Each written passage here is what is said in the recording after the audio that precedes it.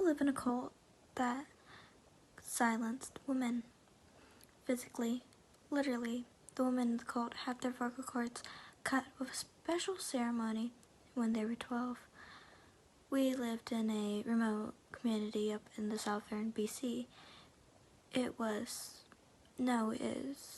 a healthy, thriving community with orc heads and mines, electricity, and a small clinic, and even a tattoo parlor.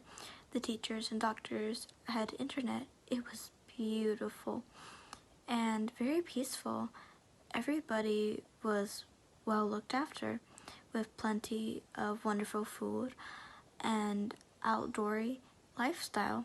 In fact, I later learned that outsiders often came in appliances to join the community, women even, with their children. Sometimes the appliances were successful. Not me, though. I had been desperate to get out ever since the day I was 10, and my dad told me about the silencing. My dad was a teacher. I had wanted to be a teacher like him. I had grown up watching him prepare lesson plans, grade assignments with his thick, chunky red pens, discussing course content and penalty with his colleagues loudly and passionately. I was thrilled by it all and knew, as indeed my dad often said, there's nothing more noble and worthwhile than teaching and shaping the mind of the young. No wonder only men in our community were entrusted to be teachers. How ridiculous and backwards was the outside world with their female teachers and unsilenced women, always mired in unsteadily and echoes. No wonder the world was full of war, violence, debt, and poverty. Their women always under the threat of insult. The teachers played us videos with current dates, clips from the news made by outsiders themselves showing how they treat their women. No wonder there was always a queue of women desperate to join us, a community free of mistreatment, abuse, and assault, with plenty of food for everyone and a small, safe home. Being silenced must be a small price to pay. I remembered my mom laughing until the tears ran down her face when I had first told her about wanting to become a teacher, quote unquote, just like Daddy, end of quotes. Then she had gathered me in her arms and sobbed as if her heart had broken. My dad told me about the silencing a short while after.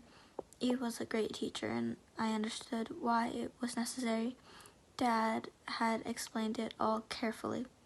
The history, the benefits to the community, the evolution of the symbolic tattoo along with the throat to an actual painless clinic procedure which disabled the vocal cords permanently.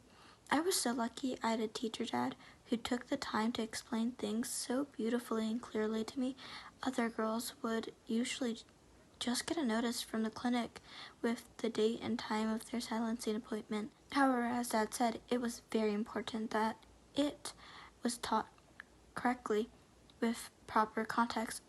Otherwise, it would be understood properly. That's why teaching was such an important job.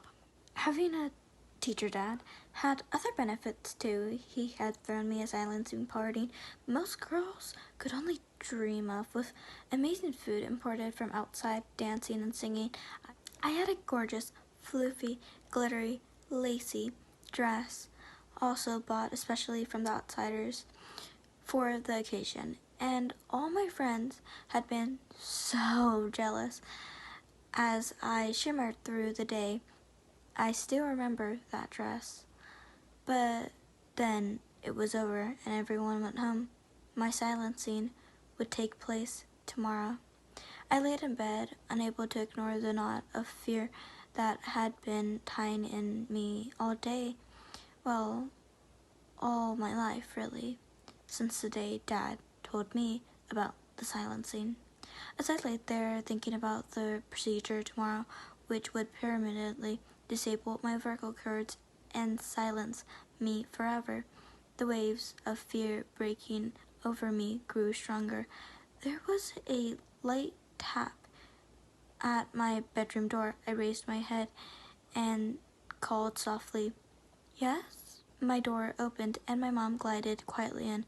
She was also dressed for bed, and despite the dark, the tattoo along her neck and throat were painfully visible. She had just chosen a plain line, as I would. Many silenced women chose elaborate designs for the neck tattoo they received after their silencing, but I wanted the same plain line across my neck as Mom had. She reached out for my hand. I whispered, "Mom, I'm scared." She started tapping on her pad, which was always with her. "Please don't be scared, Alyssa. It's over so soon, and it doesn't hurt one bit. Just the tattoo afterwards. A little bit." I read the glowing words. Then I said, "Mom, I don't want to. I don't want to lose my voice."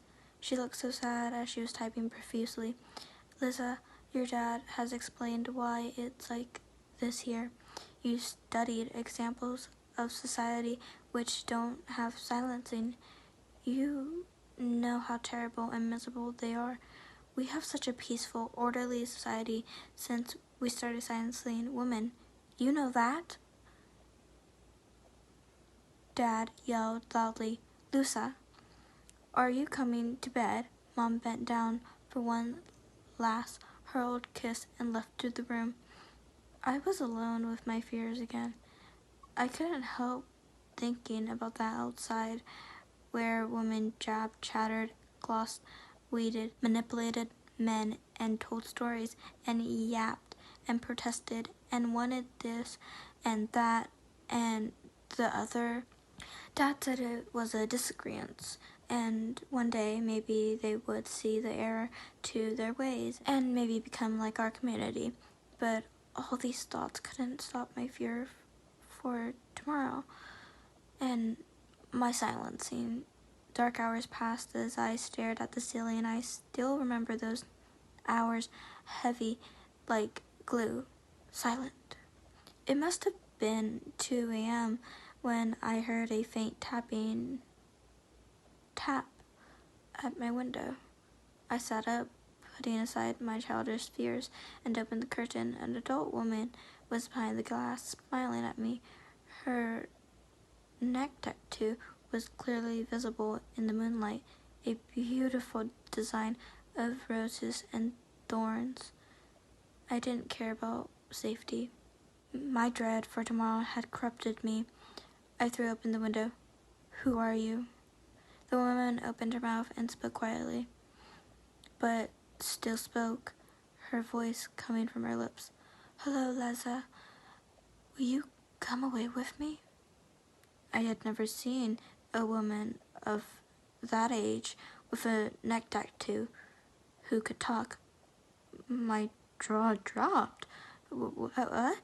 She started speaking rapidly. "Liza, I know how you feel. We can take you away outside. I can't explain much now, but if you want to, you have to come with me now. It will be a hard life, but you won't lose your voice. At least, not today, you won't."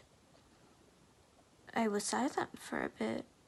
I felt the dreadful fear of the past few years shifting a bit, giving way to a new emotion. Hope? Excitement? I looked at the aged face of this talking woman with the tattooed rose on her throat and nodded dumbly. She smiled at me. "Excellent. Follow me." "No, you don't need anything. We have everything you will need. A car's waiting. Not even shoes. Just move fast."